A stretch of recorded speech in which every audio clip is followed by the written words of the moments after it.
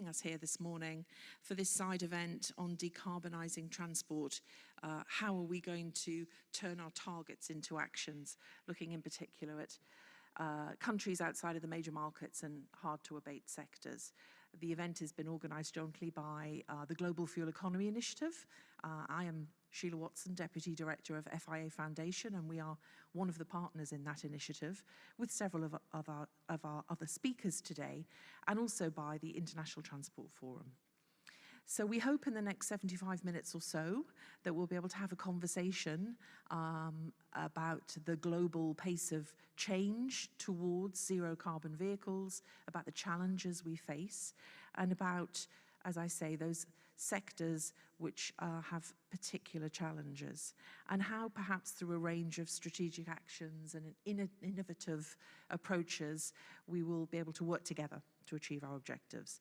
We're also launching, as GFEI, a new report today, our Zero Pathway report, which offers a unique insight into the challenges in different regions of the world.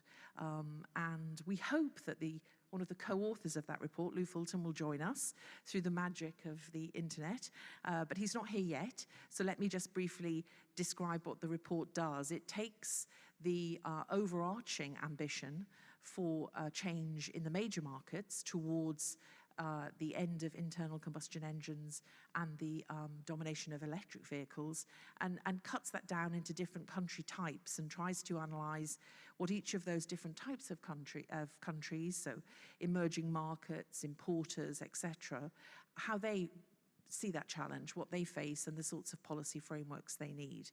So I urge you to take a look at that. It's on our website, globalfueleconomy.org, and we'll touch on some of the elements as we go forward. So, we have very little time, I have to say to my panelists here, just 35 minutes for this section. So I'd encourage you, if you would, to keep your answers brief. And I'm delighted to start with the Honourable Minister, Bahamba Shifeta from Namibia. And Namibia is a very large country with a smallish population. So I think it would be interesting, if you would, Minister, to outline for us the sorts of challenges you're facing in looking at transforming your fleet and moving towards decarbonised mobility. So over to you. Thank you very much. Namibia is, of course, it's a very vast country with a very small population.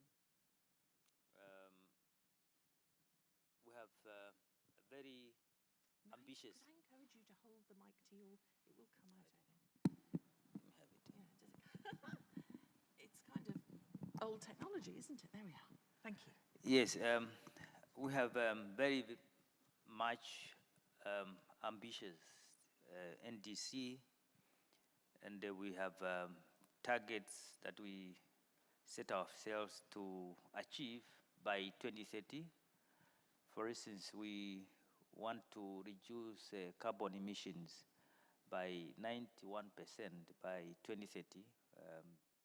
And also, we want to make sure that we look at industries that are causing the emission. For instance, electricity, energy production, transport,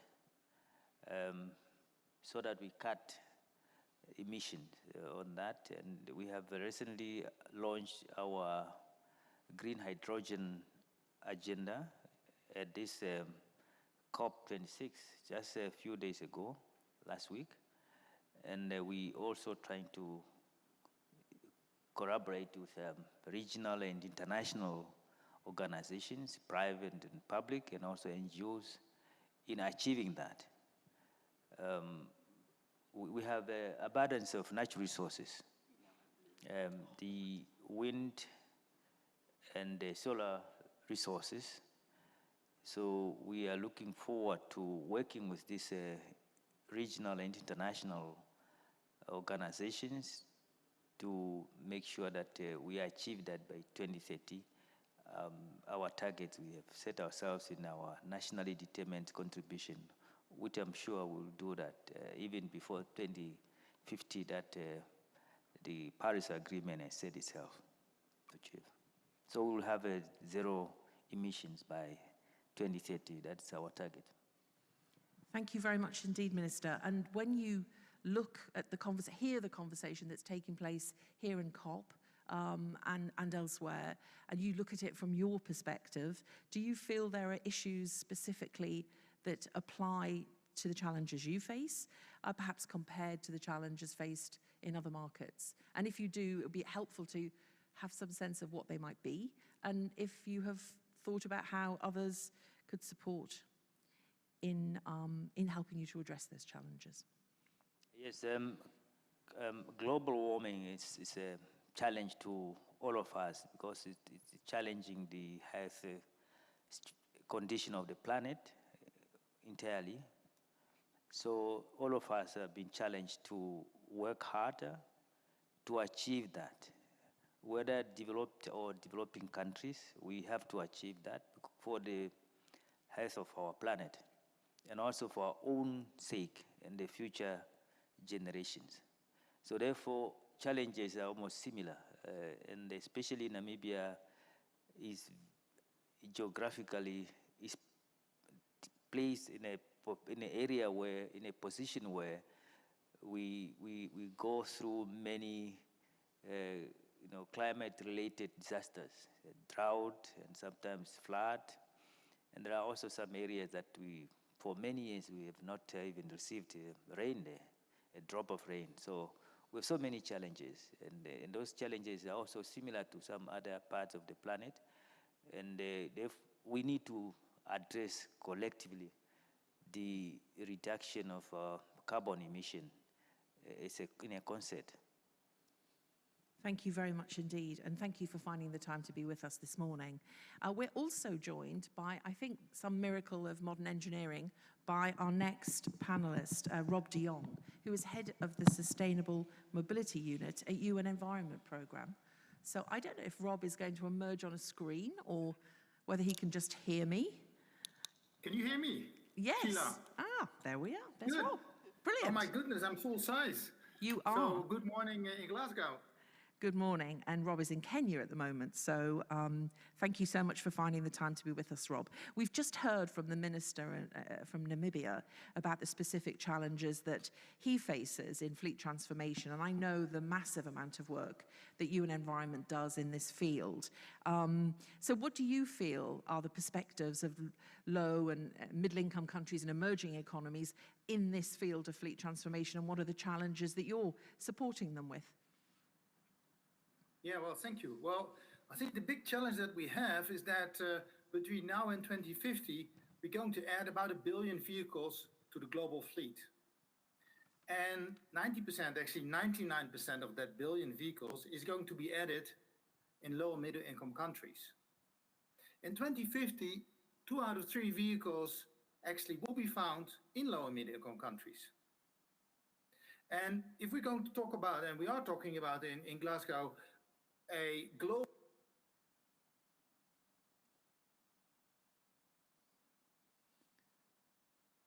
Rob, we can't hear you any longer. I don't know if there's anything you've accidentally touched. You've accidentally muted yourself. This is the new language, isn't it? Here we go. Can you hear me again? We can, perfectly, thank you. Okay. Don't touch anything. I don't think I touched any button, but so I was saying, we're going to see 2 out of 3 vehicles by 2050 in low and middle income countries.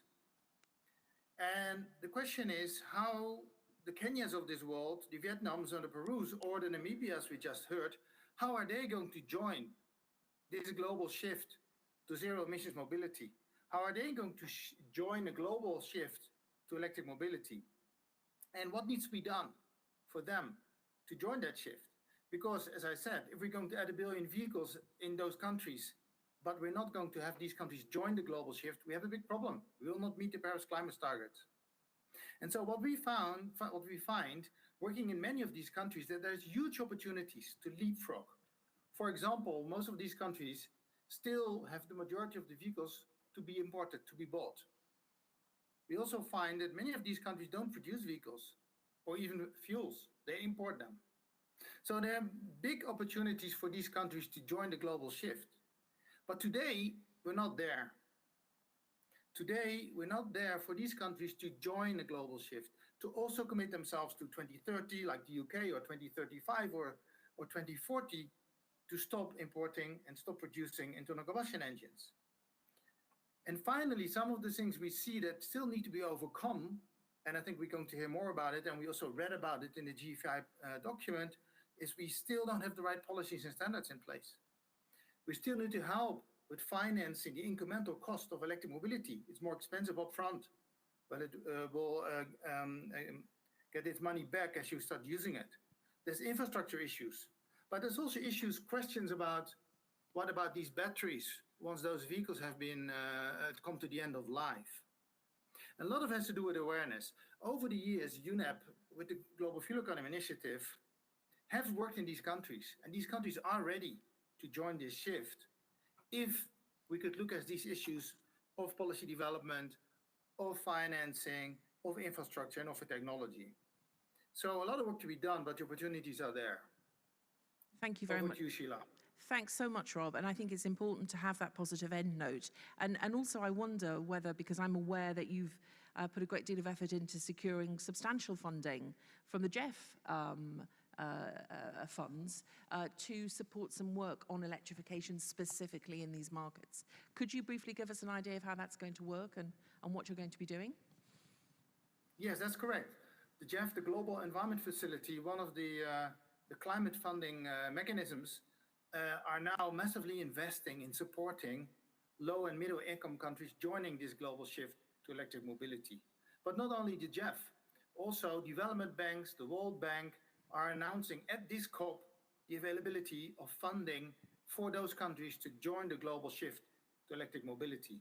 And that's why we're very optimistic, very positive that we're going to be able to get these countries to join. But as you know, it's not only a matter of making funding available, it's also a matter of getting the right products, having the right standards, having the right project designed to be able to make steps forward. But indeed, there are very good signs. The Global Environment Facility and a number of development banks are now prioritizing this shift, this global shift, and providing the resources necessary for these countries to make that shift. Thank you. And I think we'll all be watching with interest how that work goes and supporting it too. GFEI will be helping to implement that work. Thank you for your time, Rob, and hold on and stay with us because we may yet be able to come back round. So I'd like to turn now to our next panellist, Rachel Muncrief, who is Deputy Director of the International Council on Clean Transportation, ICCT, and also, importantly, part of the advisory group to the UK government's ZEV Transition Council. Many of you will know that a transition to electric vehicles is a core theme and a core priority for the UK presidency here today in COP. And so Rachel's work in support of that council, I think is a very great interest to us. So maybe Rachel, you could just start by telling us a bit about that work and what is the ZEV Transition Council up to? Sure. Thank you, Sheila. Thanks for having me on the panel. So the Zero Emission Vehicle Transition Council is a group of 15 governments that represent about 50% of global vehicle sales today. And the sort of mission of the council is to collaborate together to accelerate the deployment of ZEVs within the markets that they represent, as well as in the markets of the rest of the world. And the main reason you might say, why ZEVs, why accelerate, and why is it governments? So, ZEVs, this might seem like a basic question. We've sort of taken it for granted that, we're going to electrify. It's electric vehicles that are happening. We have to keep in mind the scale of the reductions that we need. Right now, between now and 2050, to stay in line with the Paris climate, we need 80% reduction in global transportation greenhouse gas emissions across the world. And as Rob mentioned, during that time, the demand for transportation is actually projected to increase. That means that we have to focus on deploying technologies that can get us 80% or greater reductions by that point in time. Otherwise, it's not going to be possible to meet those targets. Electric vehicles powered by renewable energy are pretty much the only way you can do it with cars. So that is really what we have to focus on. And if we have to get the entire fleet there by 2050, in order to have enough time to turn the fleet over, we need to have 100% sales by 2035. That's why these kind of targets, short-term targets to get electric vehicles into the fleet by 2035 are so critical. Governments, why governments? Governments are going to play the critical role. What governments are going to do are going to determine whether or not we can make this transition or not. We need the governments to send the strongest signals possible that these technologies should be available, that we need to make sure the costs are coming down, the infrastructure is available. And that's the only way we can get there. Thanks so much, Rachel. It's great to have an insight into something which we're all aware of, but not all of us are really aware of exactly what's being discussed there. You make the point that governments are crucial, and I think we all understand that there is a side to this, which is a suggestion that the market will deliver us, that EVs are now sort of here, and over time, they will take up their role in the fleet. But I think also people will be interested, given your focus on governments, to know what precisely their role is, for example, in encouraging that transition. Do we leave it to the market, or does government have a role to play? Right now, today, electric vehicles are less than 5% of sales globally in 2021. We need to get to 100% by 2035, essentially. That is not going to happen just with market forces alone. That is guaranteed. We need governments to put in place really strong policies that tell the OEMs, look, you have to invest, you have to basically like make these technologies available, but not only that, they also have to support the deployment. We mentioned, there's different fiscal measures. They can also be have a very strong role to play in terms of infrastructure deployment. So there's not just one silver bullet. There is a huge package of policies and measures that the governments have to take the lead in deploying to make sure that this transition happens in the timeframe that we need it to. So it's definitely not a case of just leaving it alone and it'll all happen regardless. Policy is important. Thank you for that. Thank you so much, Rachel. And I haven't mentioned in detail the partners who take part in the Global Fuel Economy Initiative, one of the co-sponsors of this event. But ICCT is one of them. And indeed, so is our next panelist, Leonardo, because he works for IEA, International Energy Agency, and they're a partner. And one of the things which GFEI does, of which I think we're all very proud, is our research work. And one of the big pieces of research that we do on an annual or biannual basis is our analysis of trends in the changes in fuel economy. So that's the efficiency of vehicles that have internal combustion engines. That's before you get to electrification. And in doing that, we're able to monitor how well things are going. And in a sense, it's a sort of bellwether for whether we can change our fleet. Can we make it more efficient in the first place? That's a key question. So I wonder whether, Leo, you might just tell us a little about the conclusions of that work, which has just been released, and what that analysis that you undertook shows, not just about the efficiency side of things, but the well-to-wheel analysis of different types of powertrains too. Thank you. Thank you very much. So one of the main roles of the IEA in the partnership is indeed to work on this, sort of to provide evidence for the policy discussion. And in the report that we have published last week, we have tracked the fuel economy of cars in the major markets up to 2019. In terms of sort of the general conclusions, they are quite dire. If between 2005, which is the first year of the tracking in this report, between 2005 and 2015, we've seen improvements going forwards at a rate at about 1.5% per year or above. In the last 2 years, we've seen a slowdown with improvements only going at about 0.5% every year. This is not enough to be on track with sort of the GFEI targets for 2030. So at the same time, the situation in different markets is very different. One of the key markets is the European market, which accounts for about 20% of all vehicle sales. In that market, in these last 2 years of analysis, there's been an increase in the average fuel consumption of new vehicles at a rate of about 2.5% of increase every year. At the same time, this was up to 2019. In 2020, recent preliminary data suggests that the drop has been of 12%. And we believe that this is an excellent example to show how fuel economy policies can really have an impact, because 2020 was the year in which the CO2 regulations at the EU level came in place, and they yielded the fastest decrease in terms of the fuel economy of new vehicles that has ever been recorded in our data set. In terms of other regions, we've seen some important improvement in the Chinese fleet. So in the Chinese new sales, they account for about 30% of all vehicle sales, and this has been driven again by tough fuel economy standards, as well as sort of good progress in terms of electric vehicle sales in this market compared to the others. When we look at the rest of the world, we look at the United States. The United States, there's essentially been no progress in this period. And in developing and emerging countries, there's also been no progress according to our data. And it's important to say that in developing and emerging countries, in the vast majority of cases, there are no fuel economy standards. And this again goes to show just the importance of introducing these types of policies to the widest possible number of countries. One thing I wanted to mention is that a key trend in the global car market is the fact that there are more and more SUVs, so larger cars. The market share of these type of vehicles increased from 20% in 2005 to 44% in 2019. That is a huge increase. And these cars consume about 30% more than medium-sized vehicles.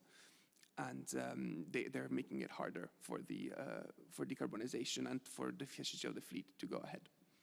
Thank you so much, Leon. It's quite an insight into the way the world's vehicle markets are working to be able to monitor so closely, I think, the changes in fuel use by those vehicles, but also this move towards larger and larger vehicles, which I think ate up half or more of the efficiency improvements that would otherwise have happened. So that's a little bit about people's habits in the vehicles they choose, but also very much about the vehicles that are being put on the market and what's been made available.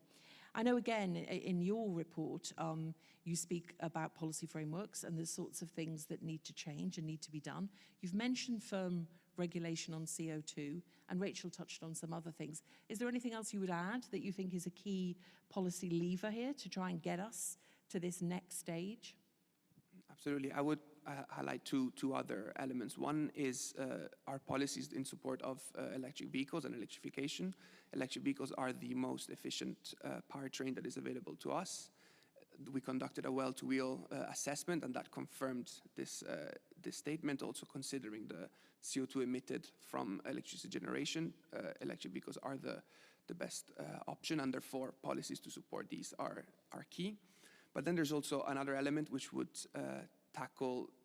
we should tackle this trend of ever-increasing vehicle size. Some countries that have done this, namely Japan, France, and Norway, where there are registration taxes or other elements that are proportional to vehicle weights, they have registered some of the lowest fuel consumptions of new vehicles in the entire world. So that is also something we advise. Thank you. That's incredibly helpful. And I think that's one of the key features of the work that the Global Fuel Economy Initiative does, which is not just to analyse, but also to offer real options for policy change and toolkits and in-country capacity building support to really make sure that people are getting the best possible advice suited to their circumstances, not a blueprint for the whole world, but suited to their circumstances. So I'm delighted again to be able to introduce one more panellist who's not sat here with us. He's currently in Canada, and that's Lou Fulton, who is the director of the Sustainable Transport Energy Pathways Unit at UC Davis, University of California. Hi, Lou. We can see you perfectly. Hopefully we can hear you soon.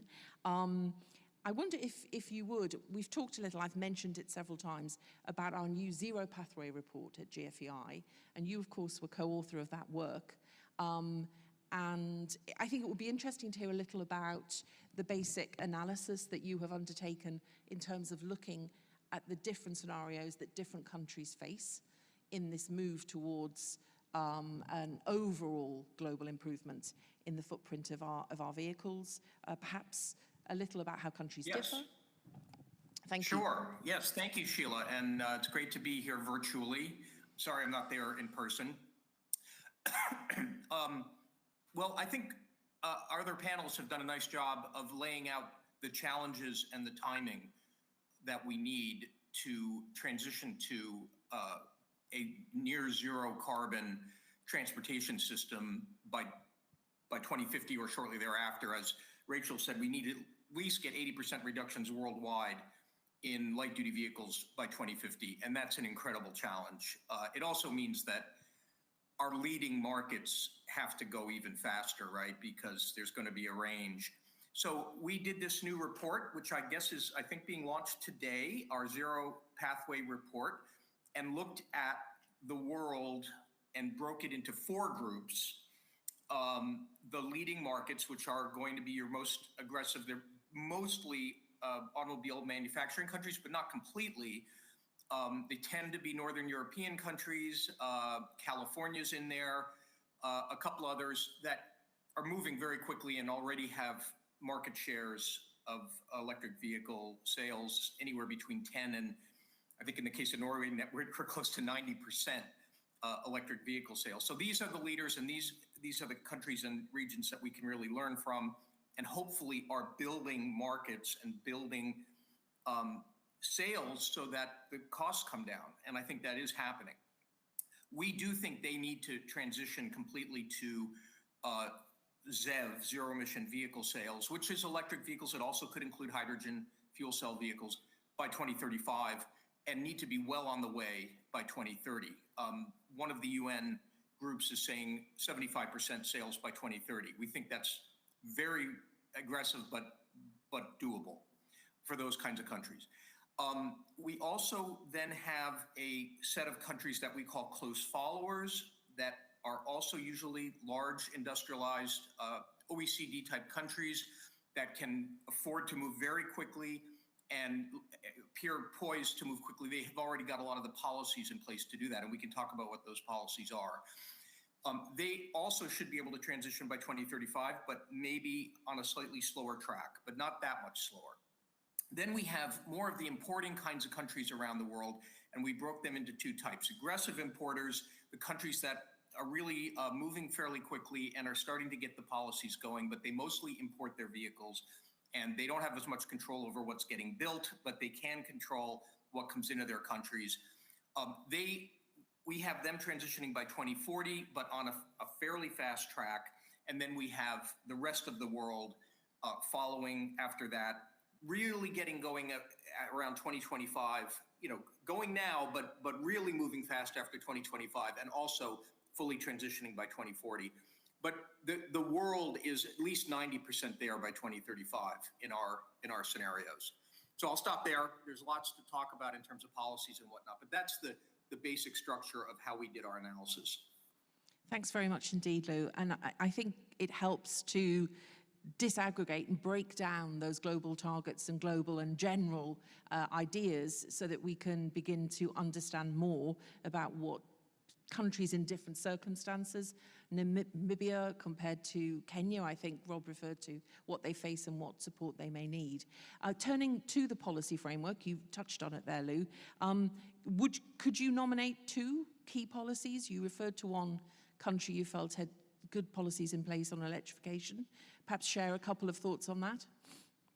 Yeah, I mean, certain kinds of policies make sense for every kind of country to implement. Some others might be more specific to the kind of country. But first of all, foundationally, we think you need to have your prices right. You have to stop subsidizing fossil fuels, and there's lots of ways that still happens.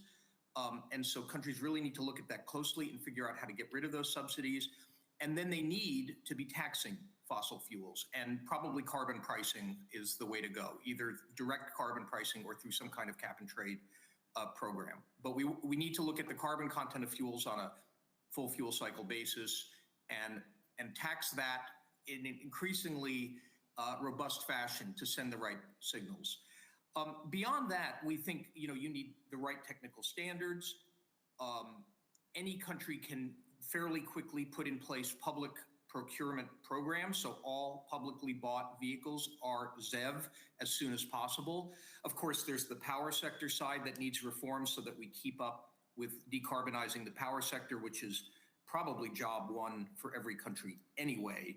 So it's also going to contribute massively to decarbonizing your plugged-in vehicles.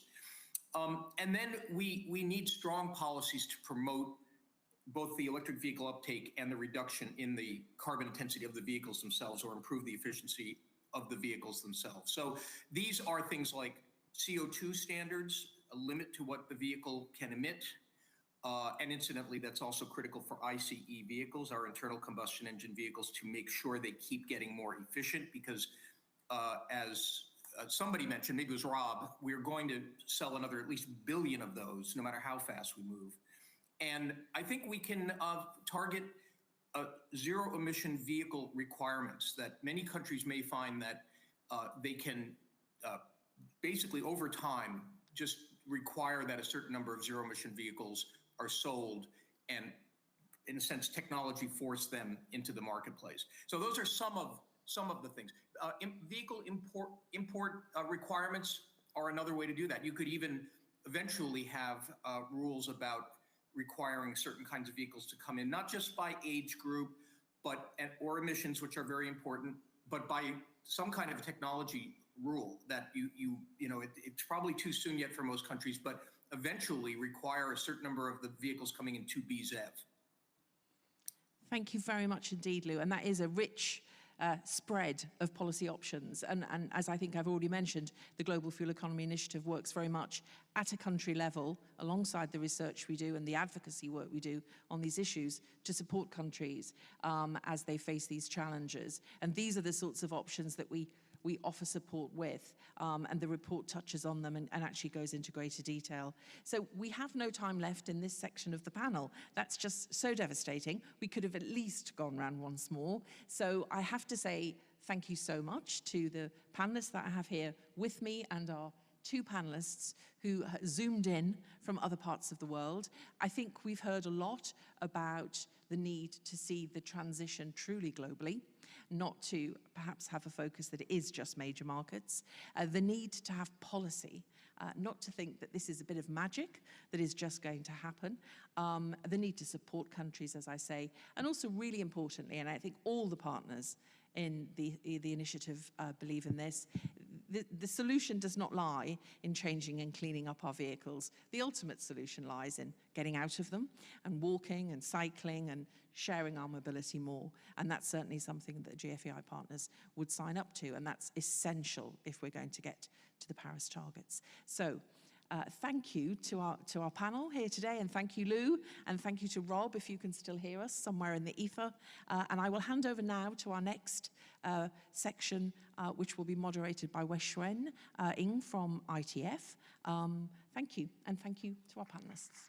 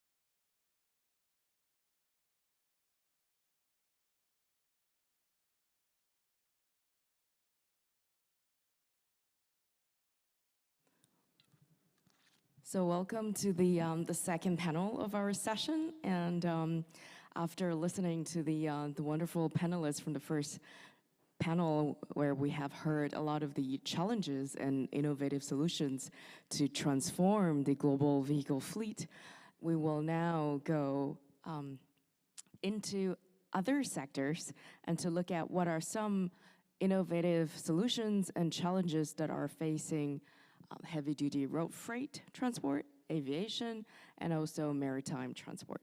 So it is my pleasure to introduce you our diverse group of panelists today in this session, which will be focusing on building momentum for different transport sectors. So first we have Dr. Jari Kappala, who is the head of Quantitative Policy Analysis and Foresight, and also the head of the Secretary General's Office at the International Transport Forum. And next, we have Lauren Uptick from the World Economic Forum, who will also be joining us in this panel. And also on my right, we have Mark Hemme, who is the Vice President of Sustainability from Airbus. So welcome. And last but not least, we have Hammond Fredman, who is the founder and president of Trucknet. So very pleased to have you here with us today, and I am looking forward to your participation.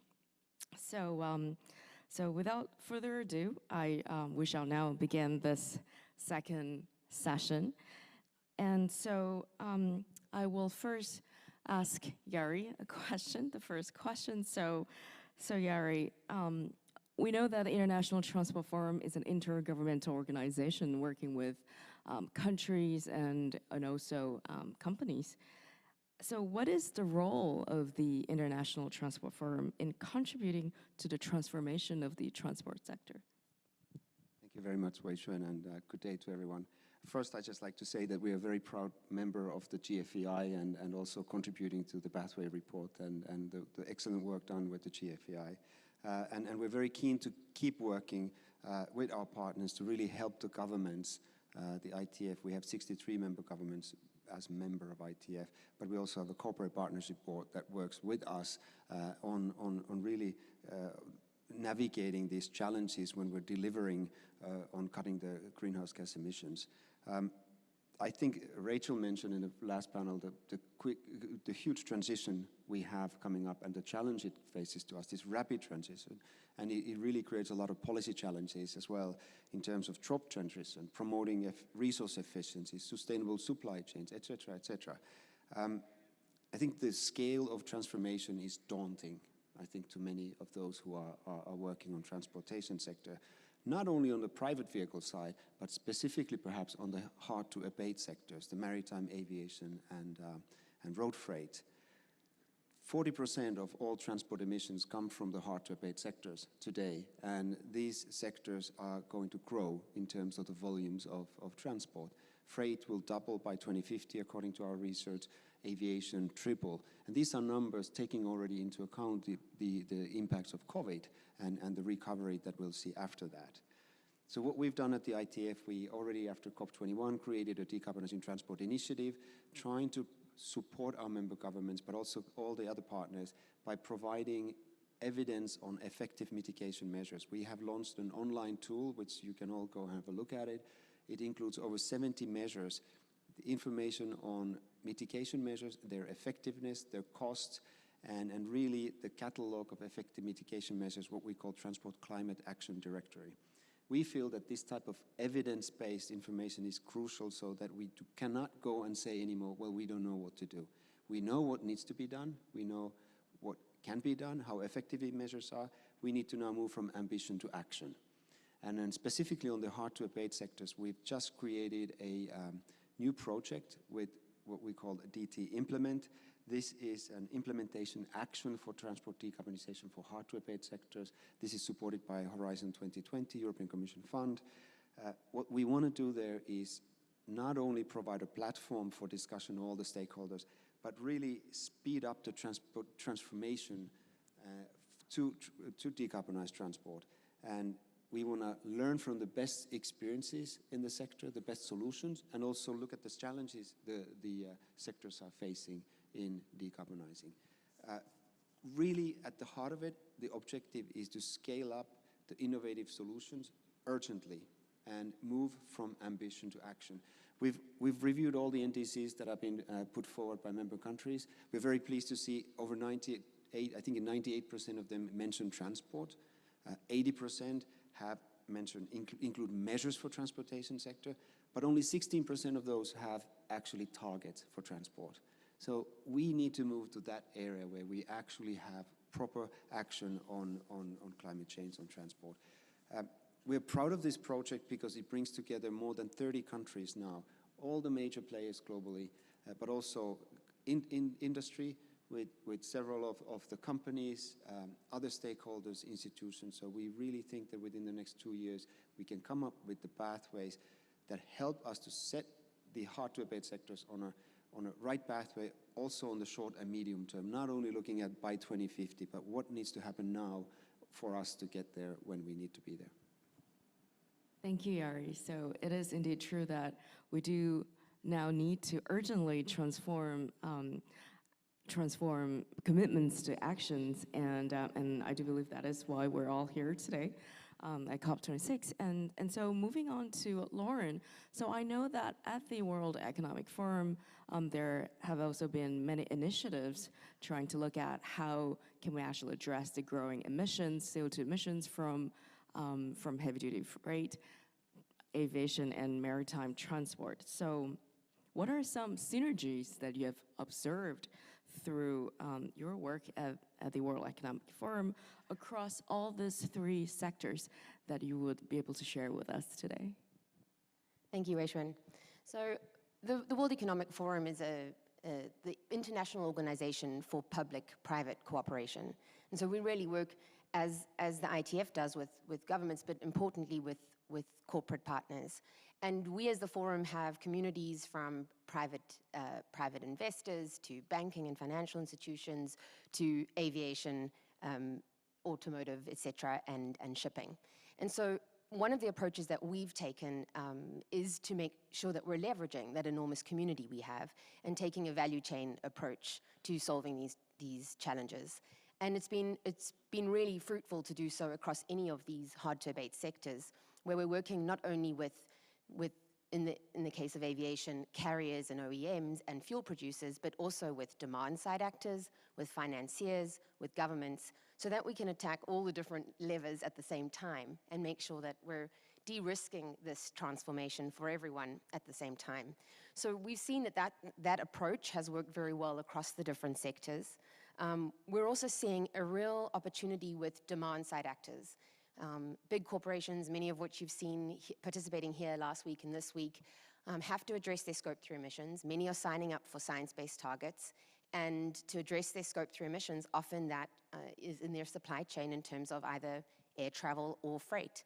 And so there is opportunity to have them take leadership and share the cost of the transition that we need. And so we're seeing buyers alliances and demand commitments. In aviation, we saw a commitment to 10% SAF by 2030, demonstrating that there is will and appetite and willingness to share the cost. So on the demand side, I think we're seeing that across sectors. On the other side is on financing. In each of these sectors, we recognize the need for more innovative financing. And we're noticing that there's quite a gap in between the financiers themselves and industry players and the corporates that are seeking financing. And so importantly, we're trying to bridge that gap, but it does require that financiers are having much closer relationships with their corporate clients on what transition looks like and how do they support them through that transition and come up with different types of financing mechanisms that are new and maybe a little bit more risky, but is an imperative for us to actually see the infrastructure come to bear that we need for new energy sources. And then, of course, the enabling policies, and I think Jari's already mentioned this, but it's critical that governments are putting in place policies that support these transitions. And we do need some level of standardization in the fact that for corporates, the more that they can rely on similar type policies or similar types of approaches by governments, the easier it will be for them to scale in their investments and their production. And maybe lastly, there's a real opportunity here when we're talking about countries for the democratization of those energy industries. We no longer have to, in a transition to sustainable aviation fuels or power to X, power to liquid fuels in shipping or aviation, we're able to look at finding sources that are outside of traditional energy countries or oil-rich countries. And there's an opportunity really to democratize that supply and create economic development and energy security in a broader range of countries. And so that we see across the sectors too as a synergy. Thank you very much. And I think many of these points that you have mentioned also echo some of the panelists from the previous panels as well. And how can we actually capture the synergies, I think will be a critical question moving forward. And so now I think we would like to hear from the private sector's point of view. And so Mark, what are your views from the Airbus perspective on the decarbonization of the air transport sector? Thank you very much. Good morning, everybody, and thank you for ITF to organizing this panel. I have to say that we are working as Airbus with both ITF and the WEF on the decarbonization of air transport, so I'm very pleased to be here to give some views on what happens in aviation. The first thing I want to say is that now the whole aviation industry is committed to carbon neutrality in 2050. Indeed, during the last IATA assembly, all the airlines members of this association have taken this commitment to be net zero in 2050. And this has been followed by a declaration of ATAG with the same objective. And ATAG is regrouping airlines, associations, but also manufacturers of aircraft, air traffic services, and airports. So the whole aviation industry is really committed to this net zero objective in 2050. As Airbus, we want to pioneer this transformation according to 4 pillars. The first pillar is technology. The second pillar is sustainable aviation fuel. The third pillar is offsetting, and the last one is better operation. Of course, as Airbus, we want first to work on technologies. Our last generation of aircraft is reducing CO2 emission by 20 to 25%. In 30 years, we have reduced the emission of our aircraft by 50%. Today, modern aircraft is emitting 60 grams of CO2 per passenger kilometer, which is, I think, better than a lot of cars. But we want to go further. We want to be the first manufacturers to deliver a really zero-emission aircraft by 2035. This is why we are working today on 3 concepts of aircraft, all propelled by hydrogen, between 100 and 200 passengers and between 1,000 and 2,000 nautical miles. Why hydrogen? As you know, hydrogen is one of the 5 priorities of this COP. And hydrogen has a lot of potential for aviation. You can directly burn hydrogen in engine. You can use hydrogen for fuel cell for electrical aircraft, and you can also combine hydrogen with CO2 capture to produce a synthetic fuel that can fly on all current aircraft with a very strong abatement of CO2 emission. So this is extremely promising toward this objective of net zero, not only in 2050 as we start now, and especially with the objective of flying net zero flying zero emission in 2035. The second pillar is sustainable aviation fuel. The aircraft we are selling now will fly for 20, 30 years, and we have to find a solution for them. Our aircraft are already capable for 50% SAF uptake. We are working to deliver aircraft by 2030 that will be able to uptake 100% SAF, and we've flown last week with a 319 Neo with 100% SAF. We've flown a few months ago with a 350, 100% SAF. And SAF can reduce on the global life cycle emission by 80%. So this is another very important pillar. The third pillar is better operation. We can still improve the ATM services, and we are working in Europe in a very important research program, CESAR, to improve ATM. But today, by the way, we are flying to Montreal from France with two 350 following each other and using the vertex of the first aircraft. We can reduce the fuel burn and so the CO2 emission by 5%. This is another solution. And finally, offsetting. Today, offsetting is still necessary before reaching the new generation of aircraft that will be zero emission. And you probably know that there is a global scheme, Corsia, set up by ICAO to reduce and offset the emission of the global aviation worldwide. So putting the four pillars together, we do believe that we can achieve a fully decarbonized aviation. We can fly zero emission quite soon, and so allow next generation to keep on flying in perfect respect of the planet. Thank you. Thank you very much. And I think the four pillars that you have mentioned will probably apply to other transport subsectors as well, and perhaps in the road freight sector as well, because of the technology and the innovative solutions, and also the better operation side of the sector, and to manage how we move in a more efficient way. And so, Hannah, you started Trucknet when you've realized that there was an urgent need for cross-company optimization for the managers of fleet, heavy-duty fleet vehicles. So could you tell us how your technology has assisted transport and logistics companies? Thank you. 20 years of experience in the field of logistics has shown me the conventional in-house fleet management of transport and logistic company is not sustainable. We know that empty miles on our road are the main type of waste from freight. About 30% of trucks all over the world run empty with not cargo. Our goal is to reduce this empty mile by making smart match between cargo and available capacity in trucks. Supply chain operation use a huge amount of resource, and they are responsible for high percent of global GHG emission.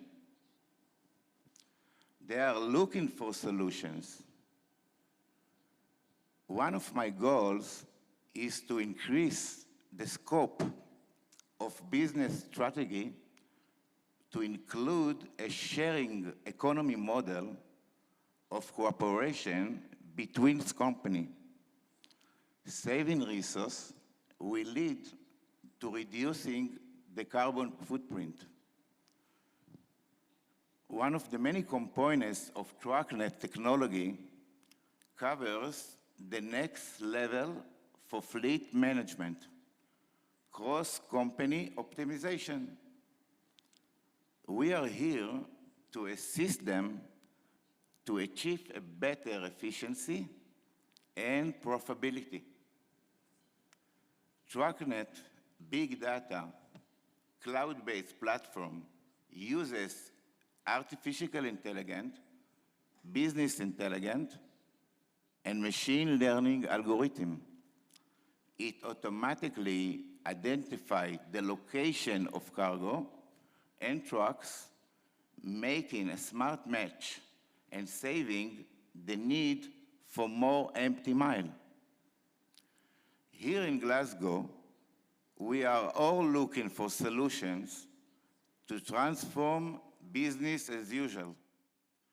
We must find a way to change behavior if we are really intend to stop the rise in global GHG emission from the transport sector. Trucknet solution will be a stepping stone on the way to the commitment for net zero emission by 2050. on the way it can be less congestion, air pollution, and traffic accident. Thank you very much. So there are definitely many co-benefits that will be very valuable from your technology as well, not just to reduce CO2 emissions. And so we know that the targets are there. We do need to achieve net zero by 2050. It's a very challenging target and very ambitious in different countries. And so just going back to Jari, moving forward, what do you think are the key challenges that we still need to overcome in the three hard-to-abate transport sectors? I'm sure there are many, as we've heard already here. I think in the previous panel, we heard some of them. I think the uncertainty is definitely one key challenge that I see in the hard-to-abate sector. We have a rapid transition, adoption of the zero-emission vehicles that we need for example, for road freight. But at the same time, we still have this rapidly evolving technological environment, which makes it very difficult to see which ones of the technological solutions is going to be the most effective one and the cost-effective one. And this uncertainty, I think, delays also the much-needed investment in the infrastructure for these technologies. So that is definitely one area where I would point out. The other one is the commercial viability of alternative solutions, and I think Lou Fulton mentioned this earlier in his introduction about one of the key policy measures needed. What I mean by that is that the zero carbon, for example, in shipping sites, zero carbon ships and zero carbon fuels are still more expensive than conventional ships and fuels. So the fossil fuel subsidies and negative externalities are not really incorporated in the price of conventional shipping on the shipping side and in many of the other transport sector. So we are really thinking we need to move to the carbon pricing, we need to put the market-based mechanisms there and work on the fuel standards for the heavy-duty vehicle, hard-to-abate sector. That said, there are success stories as well. I think just to give one on the shipping side, because there's no one representing necessarily shipping industry here in the panel right now, it's the current rollout of electric ferries in Norway. I think they have 42 ferries that are working electrically right now and another 40 plus coming in the pipeline. And this is partly because of the subsidy programs for electric charging at the ports and also for electric ships. So there are solutions, there are possibilities, and again, one of the things we really want to look at in our new project on the hard-to-abate sectors is to identify the pathways and the past dependencies as well that each of these sectors face in order to get to the right pathway right away and overcome the challenges and obstacles we face today. Thank you. So we do need to develop multiple pathways moving forward, and I will now give the floor to Lauren to perhaps share with us some of the pathway development that has been going on in the aviation sector. So how is the aviation sector transitioning to a zero carbon future? Thank you. And I think Mark has really established that sort of four-pillar approach, and we completely agree with that. What's valuable in the aviation sector is that we know, for example, that sustainable aviation fuels exist today. They are certified, and they're a sure part of that roadmap. We can expect that they may even account for as much as 75% of fuel demand in 2050. There are, of course, multiple pathways and scenarios, but for long-haul flying, they will be required then. So they're not just an interim solution, and they exist today. So we at the Clean Skies for Tomorrow Coalition, which is run by the World Economic Forum and has partners such as Airbus, are really looking at how to unlock the different pieces that are keeping us from scaling sustainable aviation fuel and what's kept us from doing that until now. And some of that is the certainty, is the demand, but really these types of commitments like the aviation sector committing to net zero by 2050 are crucial because we've been stuck in a bit of a chicken and egg with sustainable aviation fuels where they are too expensive, and so there hasn't been certainty of demand, and therefore fuel providers, whether small alternative fuel providers or the large oil and gas majors, haven't yet made the investments into scaling the production. But we've seen that's changing, and it's really exciting to see a lot of announcements and investments into plants and policies taking shape in different regions of the world. So we're working on all of those different levers. I think from a demand side, as I said, the net zero commitment from the aviation industry as a whole is really important. We've got an interim ambition statement around 10% SAF by 2030 to create even more certainty that there are folks willing to buy it as both corporate customers and carriers. And so on the demand side, I think we're really shaping that up. We're seeing investments from the fuel providers. We do need to unlock financing appropriately. We're talking 10% SAF of global jet fuel demand could be as much as $250 billion of investment. We're looking at perhaps 300 SAF plants to reach that target. And that's not a small change, right? And we have to find ways of making sure that financiers are comfortable and are able to, those projects are bankable. So really a key part that we need to work on. We're also working on something called a SAF certificate program. There's, again, in line with this growing demand, there needs to be an accountable, legitimate way of determining whether folks, how and how much of their Scope 3 emissions they are addressing through their contributions to sustainable aviation fuels. So we're working with a number of different partners to build out those types of accounting frameworks, and then making sure that they're in full alignment with GHG protocols and SBTI. So there's many different things happening, especially in the sustainable aviation fuel space, but there are definitely credible pathways for aviation to transform, as Mark has said, and it's possible to, by 2050, be flying net zero. I think importantly, and I truly believe in this as someone in the aviation industry, there are benefits that are derived through aviation, economic benefits that are crucial to economies across the globe. And we need to make sure that also then that the energy supply becomes a economic driver in some of those countries too, so that we are able to allow many countries who haven't yet fully reaped the benefits of aviation to continue to do so well beyond 2050. Thank you. Thank you very much for sharing your insights.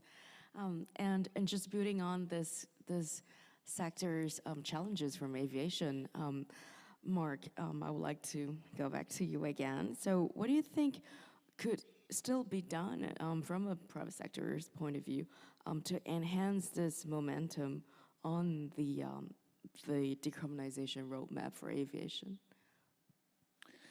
Yes, as I said before, the momentum exists in the aviation industry, as the whole aviation industry is committed, and there is a global recognition of these 4 pillars to achieve a fully decarbonized aviation. Now, as explained by Lorraine, we need the momentum also with the energy producers, with the investors. Regarding the energy, the challenge we have is not specific to aviation or even to transport. We need a decarbonized energy. And this is the basis of this transformation towards a decarbonized economy and decarbonized transport. And here we need really a global policy to push forward the decarbonization of energy. And we are not only partners of ITF and the WEF, but we are partners of many consortium and to push in this direction of really producing much more and go faster, probably on decarbonized energy, decarbonized electricity, because globally we have to switch from oil to usage of electricity and also to produce new fuels, SAF, hydrogen, and so on. So it's a global issue, and we want to be part of it, of course, and create a momentum on sustainable aviation fuel, as I said, on production of hydrogen. Hydrogen will not be only for aviation, it will be for trucks, for ships, for steel industry, aluminium, and so on. So we need a global shift of the production of energy. And we need also the support of policymakers. I think, Lorraine, you mentioned it. And this is moving. There will be a very important ICAO assembly next year to decide on a global policy. And we have some regional initiative. If we take the example of sustainable aviation fuel, there is a mandate in preparation in Europe from 2 to 5 to 20 up to 63%. So it will be a mandate. In the US, there is another approach that is very interesting. It's tax credit to reduce upfront cost and so stimulate both demand and production to introduce more and more sustainable aviation fuel in our air transport. So globally it's moving. We probably have to go further, to go faster, but I think everything is on the table to achieve this decarbonization of air transport. And as I said, not only net zero, but as far as we are concerned, zero emission aircraft and so zero emission fly. Thank you. Thank you, Muncrief. So you've made a really valuable point about making this global shift, and it's not just a problem for developed countries, but also for developing countries, and there are also many challenges that we will still need to overcome in order to continue to build on this momentum. And now going back to the road freight sector again, Hanan, I would like to ask you to share an example of a success story on the reduction of empty trucks from roads, and that you have seen a significant reduction in emissions through your work at Trucknet.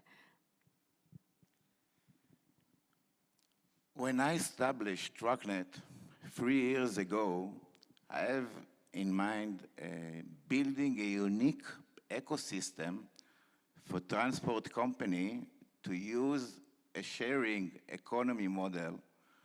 My idea was to reduce the very large number of empty miles traveled every year. Today, about 500,000 trucks connect to Trucknet automatic platform. This is a clear sign that the market wants solution for the wasted empty miles. In 2020, we conducted a joint pilot with one of our clients, the Renault Group, in order to check the effectiveness of our system. In general, they use traditional approach of in-house fleet management, which tender, which work order. Renault connected to Trucknet platform that know how to find contractors by near cargo based off location, saving miles, promotes sustainability. We looked at 371 bids for transport from Renault. Out of those proposals, 268 trips were won by the contractors in Trucknet platform. Matches were made, so available trucks could collect cargo near the location. This saved Renault the need to pay the contractor to travel empty to pick up the cargo. The pilot proved the connection to Trucknet platform led to 17% saving on the weekly cost of trips. This is resulting in saving 115,000 euro in 2 weeks for this trip. Successful of 68%. A similar pilot project with Chronopost that showed that we can save 20% saving of the cost of the trip. This optimistic result demonstrates the ability to our big data platform supporting by AI to save transportation costs for logistic company in optimal way. I would like to emphasize that this to the fact that the Trucknet platform just shipping order for contractor based of geographic location closest to the cargo, they are able to split price, save cost, and keep trucks at full capacity. For sure, that way we can reduce the footprint. And if we look about the future, that everybody speak about 2050 zero emission, there is stepping stone and it takes time, and we have to take care to be more efficiency in that way. And I believe that the market understand that, and the industry want the solution. And I think that we are now in a good point here in Glasgow, and I think that the market go on, and we have to go with the wind. Thank you. Thank you. So we shall go with the wind and look at some of the solutions that we can actually bring with us forward to 2050. We have heard today from our amazing panelists from different sectors sharing their insights on various transport subsectors, and also hearing the benefits of technology and how technology could actually provide co-benefits. So not just reducing CO2 emissions, but also cost savings, perhaps even reduce local air pollution, and as Hannah has mentioned, even improve road safety.